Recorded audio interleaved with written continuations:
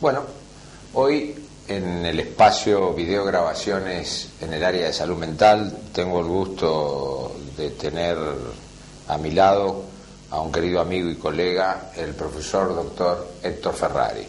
Hablar de su trayectoria y de su currículum nos llevaría el programa, así que voy a puntuar escuetamente dos niveles en los cuales está haciendo una gran tarea docente. Es profesor titular de la Facultad de Medicina de la Facultad de Buenos Aires, en el Departamento de Salud Mental. Y es miembro titular en función didacta de la Asociación Psicoanalítica de Buenos Aires, APDEVA. Héctor, hoy te hemos convocado para que vos nos des algunas conceptualizaciones sobre un tema bastante transitado como es el de las neurosis. Pero, charlando antes de construir el programa, creo que es muy pertinente para la gente que está viendo esta videograbación que vos hagas esa introducción que solés hacer con respecto a la clarificación previa del gran concepto macroestructural de lo que es la salud. Sí, como estábamos hablando, las neurosis, o más propiamente la psiconeurosis, son una de las grandes estructuras, ¿no?, de la psicopatología, como la psicosis y las perversiones. Pero tiene otro borde natural, que es la llamada normalidad o la salud. Por eso convendría, pensaba, comenzar por introducir el tema de neurosis desde la salud, que es como invertir en general los términos en que se consideran estos conceptos. Como sabes, las enfermedades tienen una larga historia como historia de los padecimientos humanos, tanto psicológicos como corporales, y se le ha dado a través de los tiempos distintas respuestas.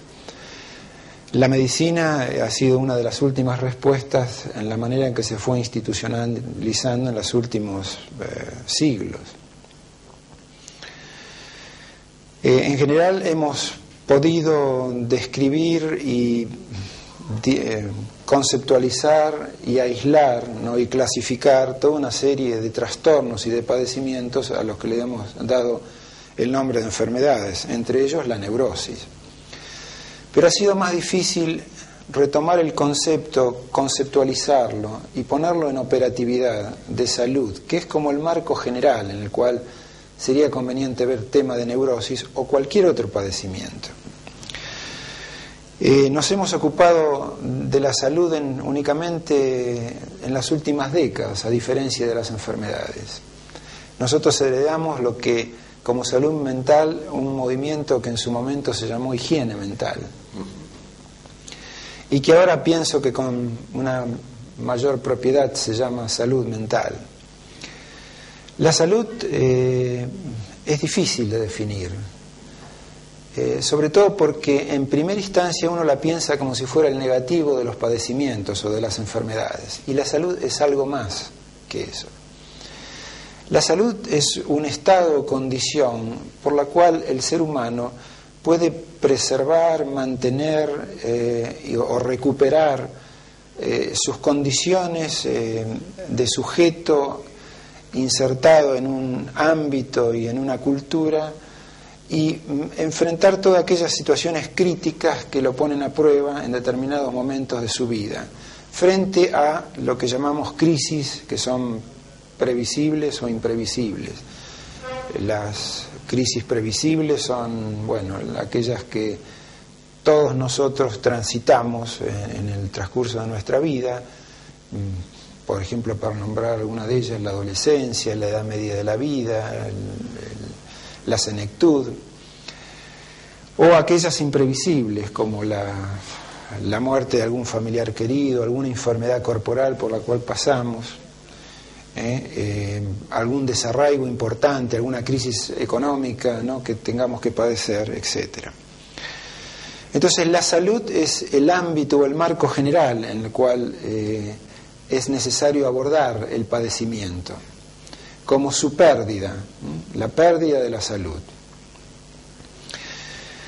Digo esto además porque es importante en relación con el con lo de neurosis,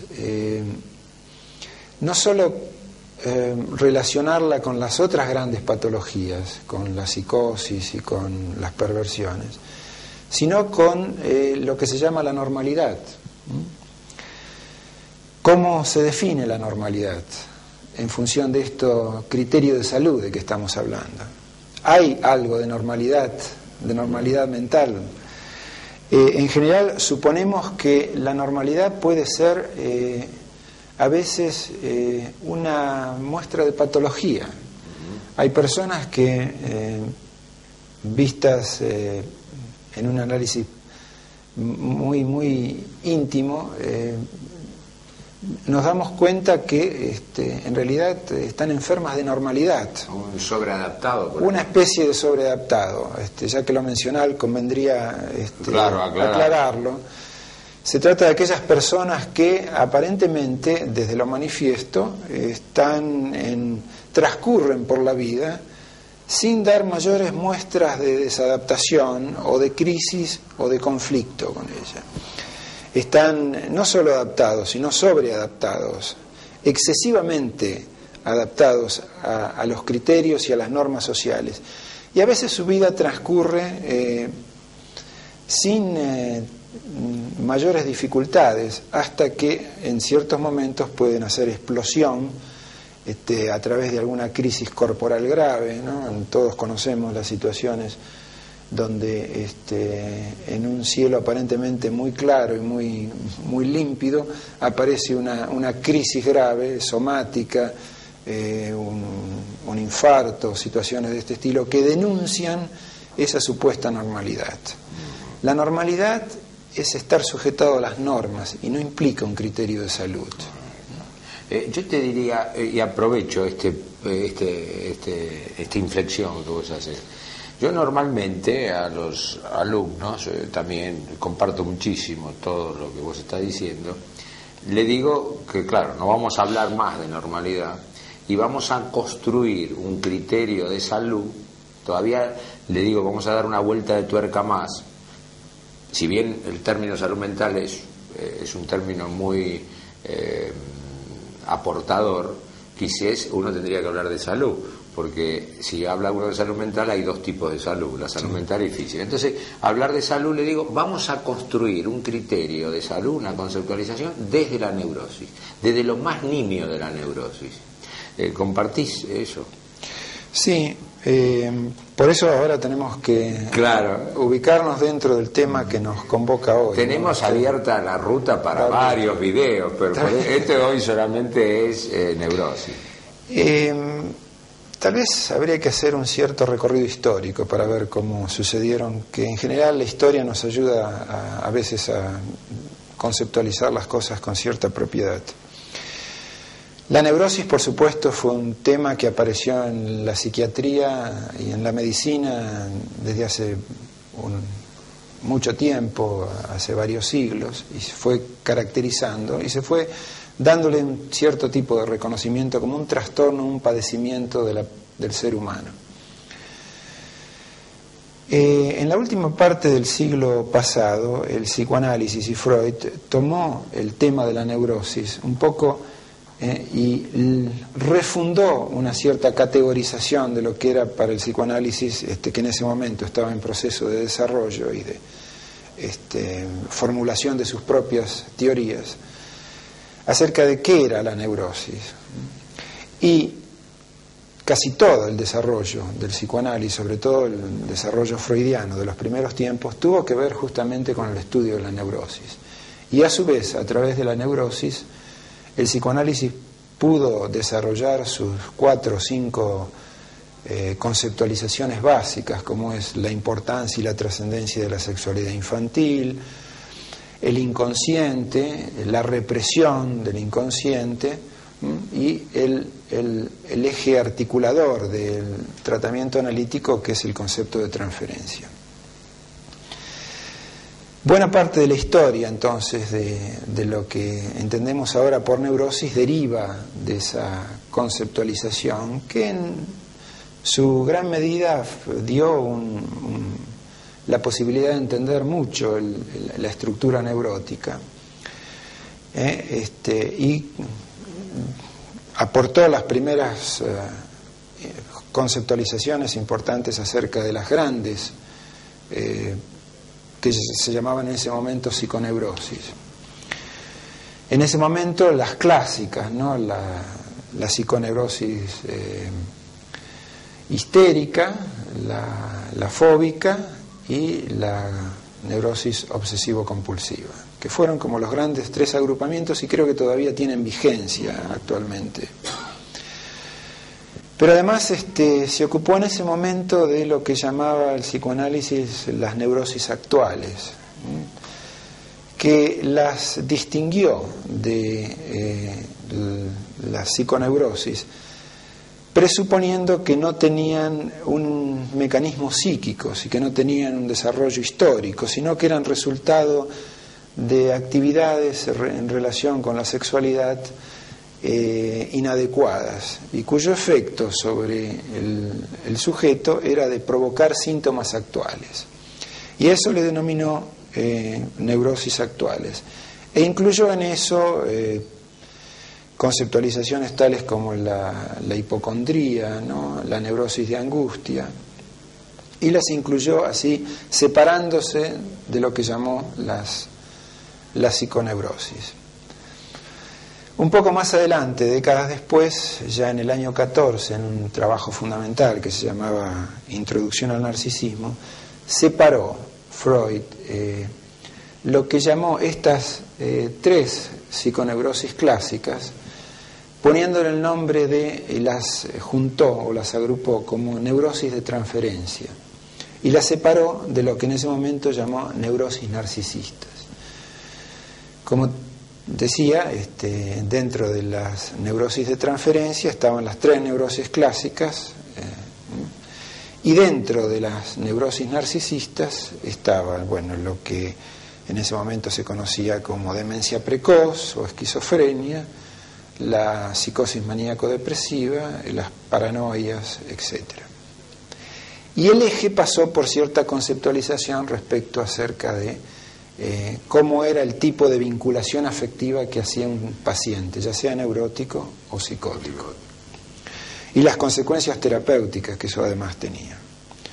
Pero a lo mejor nos estamos adelantando un poco en el tiempo y salteando conceptos, porque la neurosis se puede definir desde dos vertientes. La vertiente clásica es la vertiente sintomática o de los síntomas. Uno podría definir lo que es neurosis diciendo desde el punto de vista descriptivo que es el síntoma o el grupo de síntomas que se manifiestan en el área de los pensamientos, de los afectos o de las conductas que hacen sufrir a la persona, el cual los siente relativamente ajenos a sí, ¿no? Son lo que nosotros llamamos egodistónicos, y que son manifestaciones que se traducen en síntomas agudos o crónicos y por ciertos periodos que pueden evolucionar según cada una de las situaciones específicas. La otra definición de neurosis es ya aquella más que apunta a la estructura neurótica, ¿no? A ver a la neurosis como un desarrollo estructural, como una de las grandes estructuras de la mente que posibilita el desarrollo neurótico. En ese sentido se denomina neurosis a aquellas situaciones sintomáticas que son expresión simbólica de conflictos inconscientes reprimidos que retornan de la represión y que se manifiestan como síntomas que son la expresión de compromiso del conflicto, tanto de las fuerzas reprimidas, ¿no?, de los deseos, como de las fuerzas represoras o de la censura. Esa es, digamos, la definición estructural de neurosis, que nos permite ver la neurosis como desde otra vertiente. Este tema es importante porque en la última clasificación, como sabes, de la DSM-3, la clasificación de neurosis como entidad abarcadora desapareció, ¿no? Precisamente apuntando a esta situación. Hablar de estructura neurótica y hablar de conflicto inconsciente es hablar de una cierta aproximación al tema de la neurosis que la dan las concepciones dinámicas basadas en el psicoanálisis. La clasificación reciente lo que ha hecho es intentar basarse nada más que en las manifestaciones clínicas, sintomáticas, teniendo en cuenta que además del psicoanálisis hay otras explicaciones de la neurosis, y para no aportar una clasificación que podría estar un poco influenciada por una de las teorías, ha tratado de evitar esta situación para darle cabida a otras, por ejemplo, al condicionamiento, etcétera, ¿no? Es decir, y en ese sentido, la neurosis, para nuestra sorpresa, como gran categoría, ha desaparecido de la... Creo que con estas clasificaciones tienen un objetivo muy limitado. Solamente es tratar de arreglar un babel de denominaciones a nivel internacional, pero bajo ningún punto de vista son manifestación de los cuadros. Entonces es bueno hacer este análisis y este hincapié, porque claro, es una sorpresa para la gente que está embarcada en una profundización del tema, lo ve en una reducción, un simplismo hasta un poco peligroso, diría, para el que se está formando, ¿no? Sí. Inclusive una de las sorpresas mayores aún fue que la histeria como entidad también ha desaparecido y se ha dividido en las dos grandes grupos, ¿no?, en que clásicamente se estudiaba la histeria, que es la histeria disociativa y la histeria de conversión. Lo que tiene de importante de considerar la neurosis como una estructura, y estructura quiere decir la expresión de un conflicto entre deseos reprimidos y defensas, que este tipo de estructura se manifiesta en la persona de distintas maneras. Entonces aparece como formaciones sintomáticas aquellas manifestaciones que de alguna manera apuntan a señalar una ruptura del equilibrio entre el conflicto entre el deseo y la defensa. Y entonces pueden aparecer no solo como grandes neurosis, como los cuadros clínicos que nos tiene acostumbrado a la psiquiatría, sino en pequeñas situaciones de la vida cotidiana y de la vida diaria. Los elementos neuróticos pueden aparecer, en algunos síntomas aislados. Pueden aparecer los contenidos del conflicto en los sueños, a la noche. O si no, pueden aparecer en las parapraxias y en las equivocaciones, ¿no? O de manera indirecta en los chistes, como todo el mundo sabe. De manera que, considerada desde el punto de vista de estructura, es como dar cuenta que de muchas de las manifestaciones visibles a las cuales llamamos neurosis, pueden estar explicadas desde una falla o una alteración desde ese tejido estructural que compone el deseo y la defensa. Así que me parece que, acá se abren los dos grandes caminos. Nos atenemos a las consideraciones sintomáticas que ciertamente son importantes porque nos ayudan a tener un lenguaje en común, o a las manifestaciones psicodinámicas que apuntan a una estructura neurótica. Y digo porque a lo mejor en el término de neurosis tenemos que pensar si, en aquellos tiempos cuando se empezó a trabajar sobre las neurosis, Freud tiene casos publicados no hay duda que se trataban de manifestaciones floridas, y una de las sintomáticas, ¿no? Y una de las cosas que uno a menudo nos preguntamos hoy día, si aquellas organizaciones sintomáticas de aquellos tiempos, sobre todo la histeria de conversión, aparecen ahora, o si las vemos con tanta frecuencia, o si realmente se han transformado en otra cosa. Creo que esto es una cosa interesante para pensar, ¿no? Sí. Algunas personas dicen que en estos tiempos de la posmodernidad, yo sé que vos me gusta ese tema. Te gusta el tema, la patología predominante, más que la de las neurosis, es la que tiene que ver con los temas que se refieren al narcisismo y que en buena medida el sujeto humano hoy está expuesto a exponerse a la patología de los ideales, ¿no? Tanto personales, y a la frustración de sus ideales y a la patología consiguiente. Pero realmente este es un debate que queda abierto, no lo sabemos. Pero es interesante, Héctor, lo que vos, todo es interesante, pero lo que estás señalando, y creo que es muy importante dejar puntuado algo, y yo creo que lo tengo que hacer desde el punto de vista de mi rol de psiquiatra, con formación psicoanalítica, pero psiquiatra. Yo creo que la gran virtud, es pregunta que creo que hacemos habitualmente a los alumnos, ¿cuál es el gran aporte de Freud o del pensamiento psicoanalítico, no ya a la psiquiatría, que fue enorme, sino a la medicina? Es el pasaje de la mirada a la escucha. Eso es incontrovertible. Entonces, si yo solamente me quedo en la pura mirada, evidentemente hago la medicina sintomática y etiológica, per se. Y entonces yo creo que todas esas corrientes o todas aquellas conceptualizaciones que solamente se quedan en la superficie y están dejando de lado algo vital, ¿no es cierto? Bueno, viene bien que traigas a colación la medicina, que es el ámbito en que habitualmente nos movemos.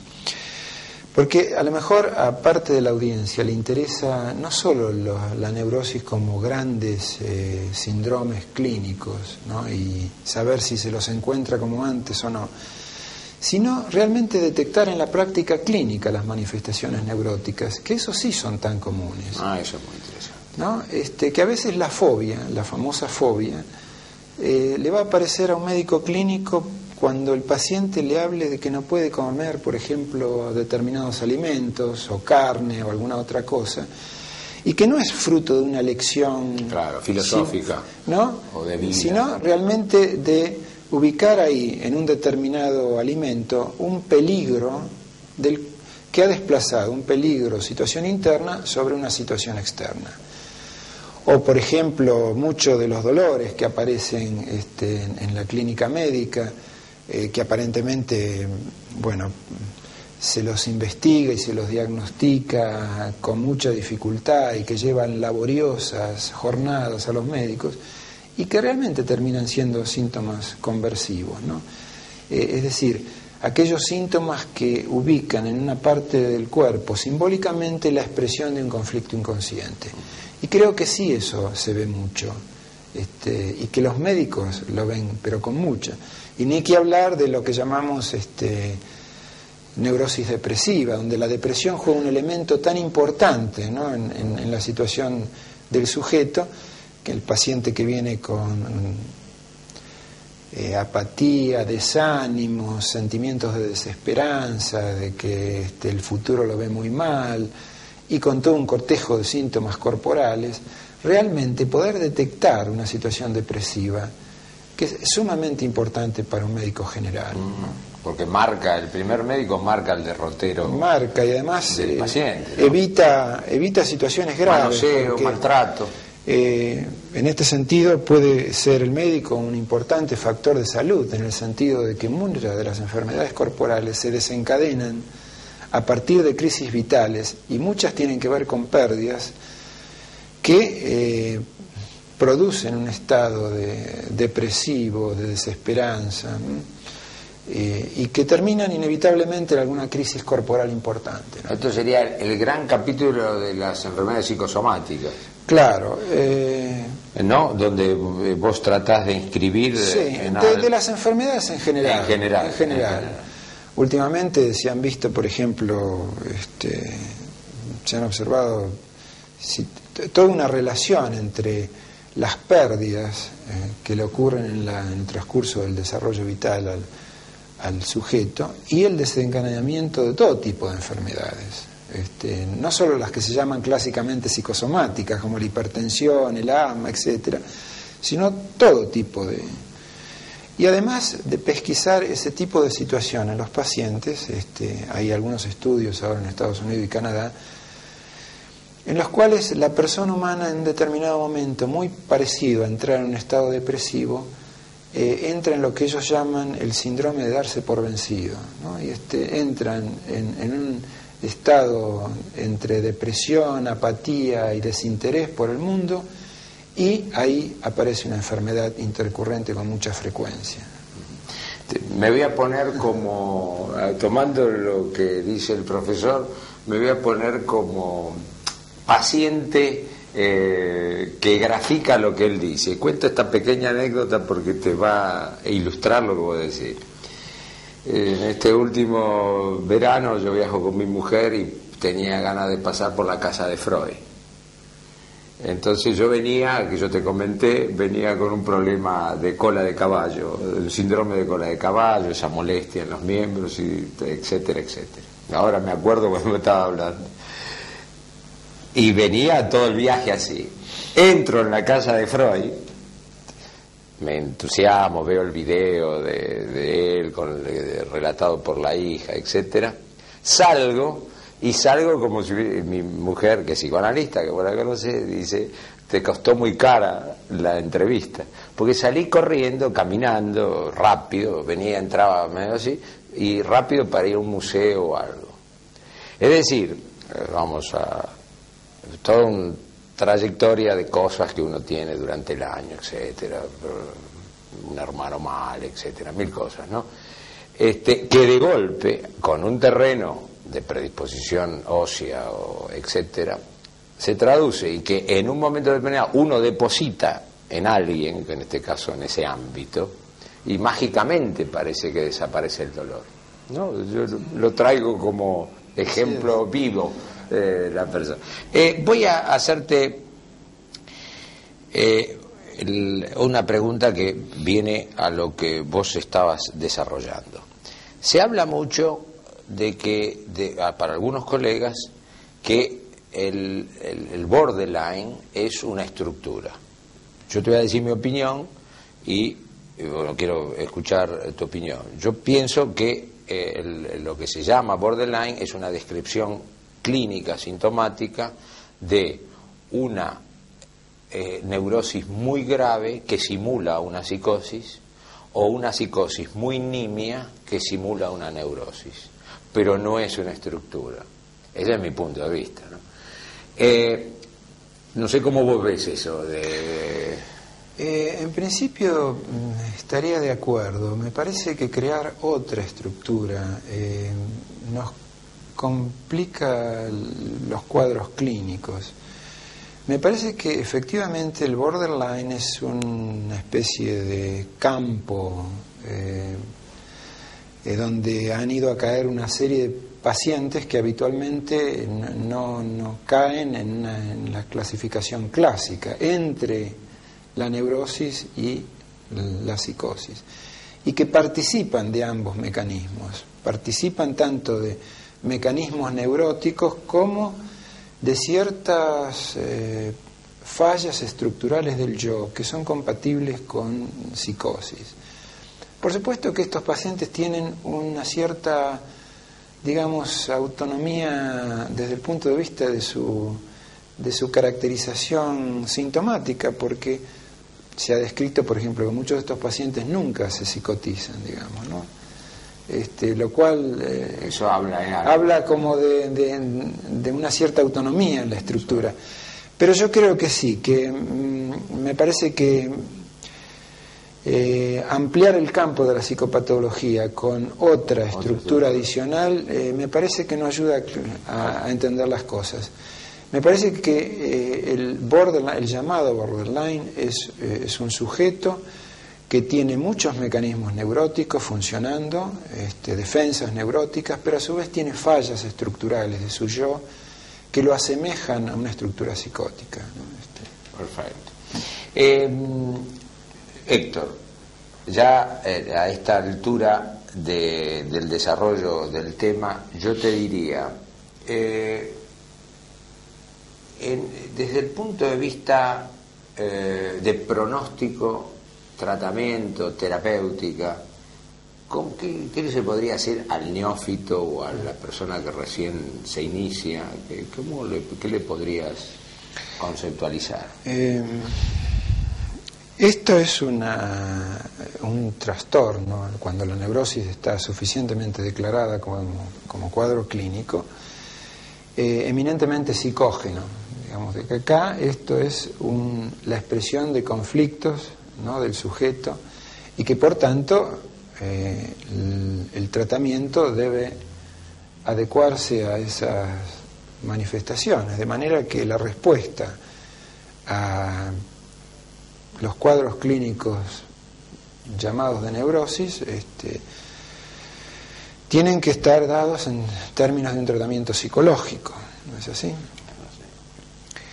Más allá de aquellas situaciones que, por ejemplo, como muchas de estas padecimientos los recibe en primera línea el médico clínico, es posible que él tenga que operar inicialmente con alguna de las manifestaciones de la neurosis y que su actividad, y en eso me parece que vale la pena insistir, el médico general, digo, ¿no?, tiene la posibilidad de instrumentar su tarea y su labor asistencial en la dirección de atenuar buena parte de los padecimientos neuróticos. Por supuesto que, especialmente cuando incluyen patología corporal, naturalmente cuando la situación está muy estructurada y los síntomas son serios, graves, y comprometen la vida funcional del paciente en su comunidad y con sus vínculos afectivos, requiere naturalmente de un tratamiento específico. Y el tratamiento específico es un tratamiento psicoterapéutico. Las distintas neurosis tienen distintas respuestas frente a esto. Es interesante puntuarlo, ¿no? Clásicamente, el psicoanálisis se erigió como la indicación clásica de la neurosis, especialmente de algunas neurosis, como la histeria, la neurosis obsesiva, etcétera. Por supuesto, no siempre están dadas las condiciones para un tratamiento psicoanalítico y en cuyo caso, en esa situación, a veces el paciente de todas maneras se puede beneficiar con un abordaje psicoterapéutico de base psicoanalítica y con el auxilio inicialmente de algún tipo de medicación o de psicofármacos, que es de esperar que se suprima o se suspenda en cuanto las condiciones de un tratamiento psicológico están dadas como para que el paciente continúe. Dentro de las distintas variedades de neurosis, hay algunas como digamos, cada una tiene sus dificultades específicas. Por ejemplo, la neurosis obsesiva tiene una serie de mecanismos neuróticos que a veces dificultan el contacto afectivo, ¿no?, con el analista o con el terapeuta. Algunas de las defensas tienen que ver con el aislamiento afectivo, ¿no?, con la intelectualización. El neurótico obsesivo es una persona que usa mucho el mecanismo de defensa de la racionalización y tiene poco contacto con sus afectos. Y esto forma parte además de la situación, se va a repetir en la relación transferencial en su tratamiento, de manera que una de las dificultades importantes ahí va a ser como romper, ¿no?, las situaciones de aislamiento, de cierta ritualización, ¿no?, y hacer conexiones verdaderamente emocionales con el paciente y con sus objetos internos. En ese transcurrir, en ese abordaje terapéutico, naturalmente que la conexión no es gratuita y que puede pasar por momentos verdaderamente críticos, ¿no? Las defensas están colocadas en el neurótico para protegerlo de sus situaciones de conflicto y sentidas por él como de peligro. Entonces, todo abordaje de esa situación lo puede comprometer a transcurrir por peligros en los cuales realmente haya pequeñas descompensaciones o manifestaciones sintomáticas un poco más graves, etcétera. Con el tema de las fobias también.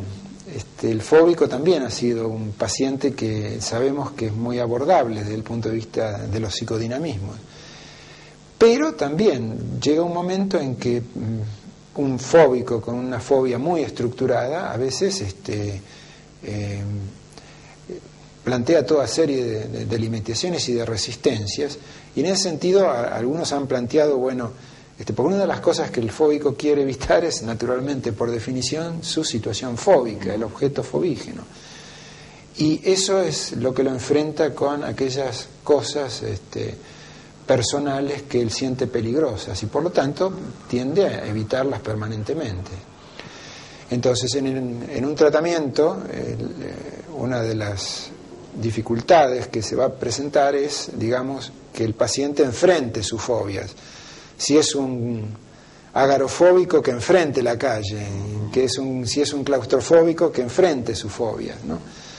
De manera que ahí se abre toda una serie de dificultades que hay que manejar apropiadamente, pero en general cuando hay un buen yo integrado, cuando hay una buena conexión, el pronóstico es relativamente bueno, ¿no? Este es el tipo más o menos de... Claro, es decir, que el pronóstico en las neurosis es bueno, depende de distintas formas. Hay neurosis y neurosis, ¿no? No, es bueno, hay que trabajar, no es tan fácil, sí. Pero digamos que dentro de las estructuras es la estructura que más posibilidades... Que responde, ¿no? Que es, a diferencia de la psicosis, donde es compleja. Hay una desestructuración del yo, hay una pérdida del sentido de realidad, hay un trastorno del pensamiento, digamos, de manera que el abordaje terapéutico se complica muchísimo. En este caso, el conflicto de la neurosis está relativamente aislado, ocupa un sector nada más de la vida del paciente, no ocupa toda su vida, de manera que las perspectivas son mejores. Además, volviendo a esta clasificación del año 14 que mencionábamos al principio, el paciente neurótico clásicamente hace transferencias, por eso se llamaba neurosis de transferencia. Esto es, se vincula afectivamente, ¿no?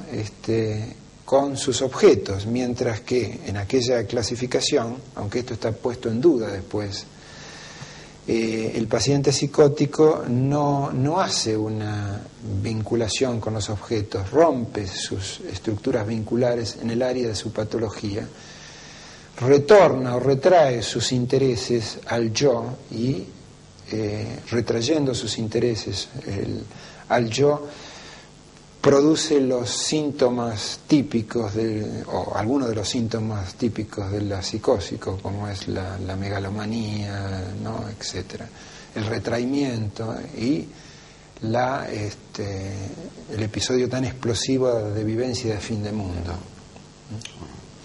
Héctor, quisiera, aprovechando toda esta disertación, vamos a tratar de ver una secuencia de una película que hice el año pasado, que está acá en la Fundación Stern, la biblioteca de la Facultad de Medicina, que se llama Ilusión para Vivir.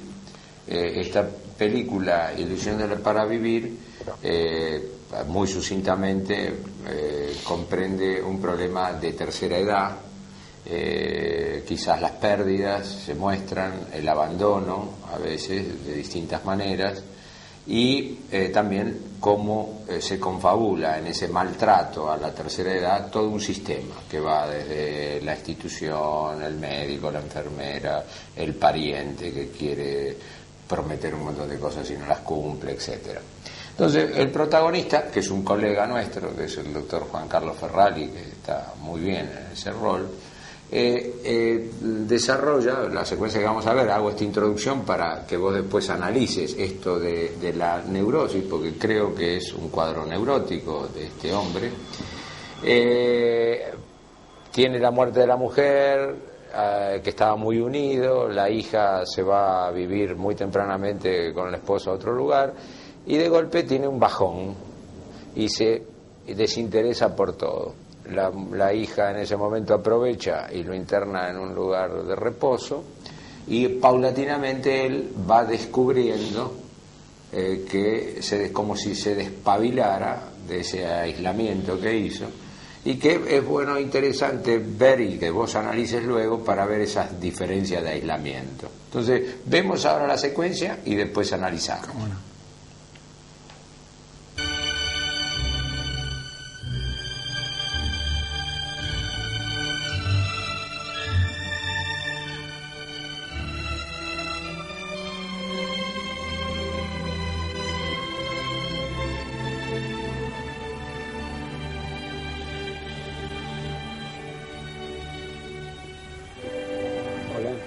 Hola, ¿qué tal? Vi cuando te trajeron. Te noto... No te noto bien. Estás apartado del resto de nosotros. A todos nos pasó más o menos lo mismo, pero no es bueno. No es cierto que yo estoy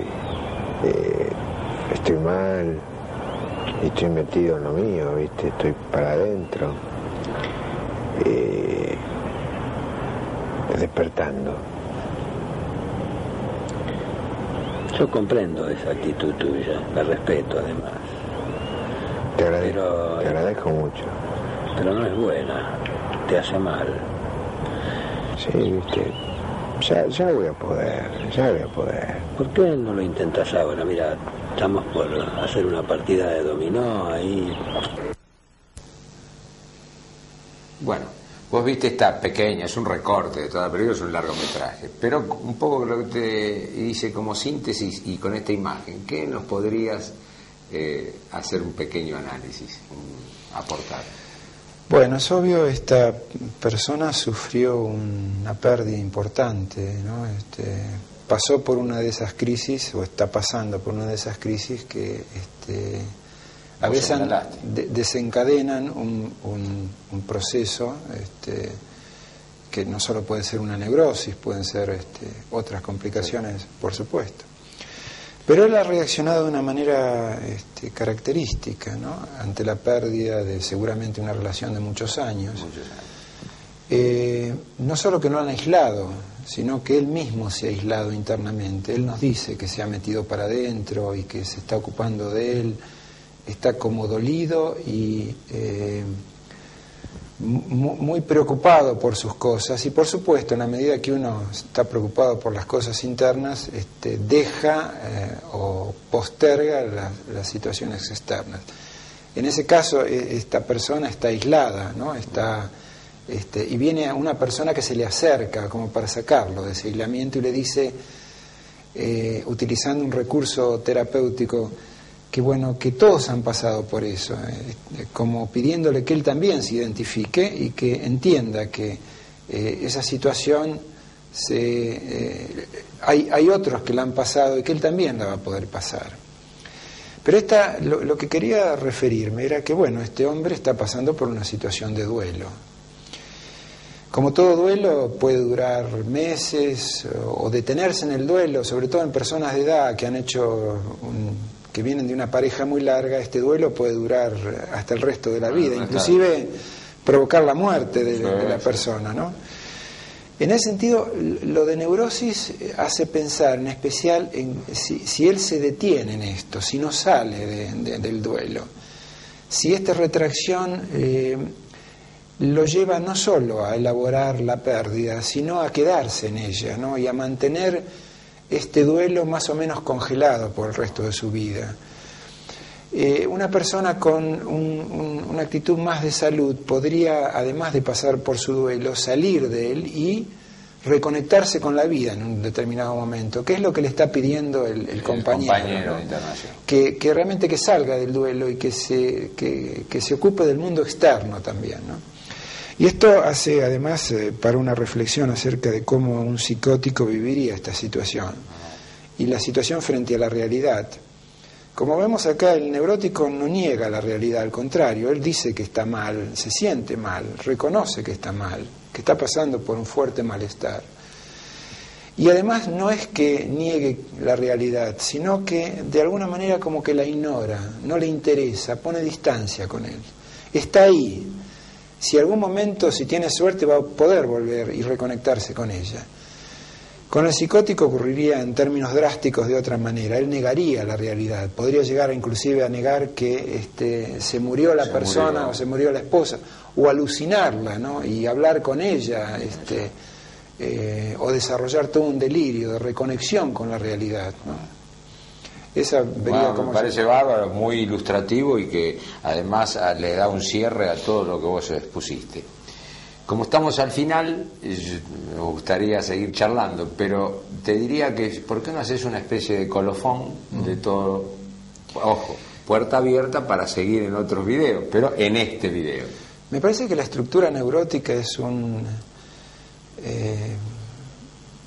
elemento que nos invita a pensar y reflexionar sobre muchas de los fenómenos humanos, ¿no? Sobre lo que hablábamos hace un rato, sobre la salud, sobre sus pequeñas fallas en los sueños, en los actos fallidos, en los síntomas o en las manifestaciones sintomáticas, en esa supuesta normalidad de que hablábamos hoy, en la potencialidad de creatividad también, porque la neurosis de alguna manera también se la ha emparentado con la creación y la creatividad. Y quizá acá convendría decir un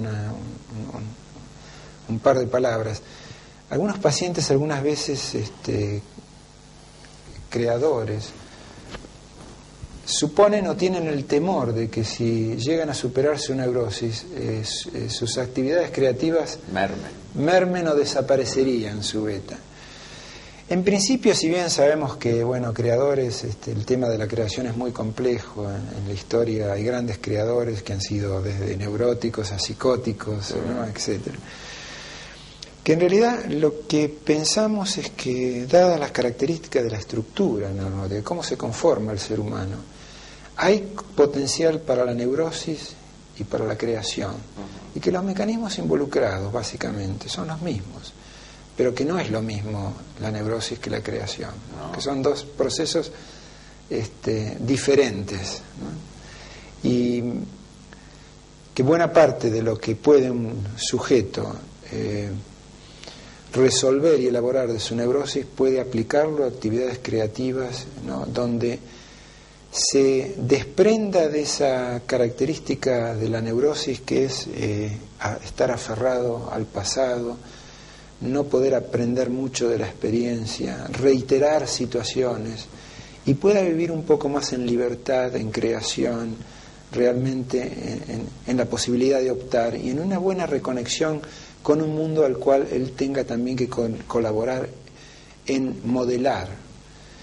Normalidad, que nosotros criticábamos hace un rato, es como estar sometido pasivamente a las normas del mundo, y salud, desprendido de la neurosis, es poder plásticamente recomponer las situaciones que uno vive, y personales, y las que vive con los objetos. Bueno, me parece excelente el cierre.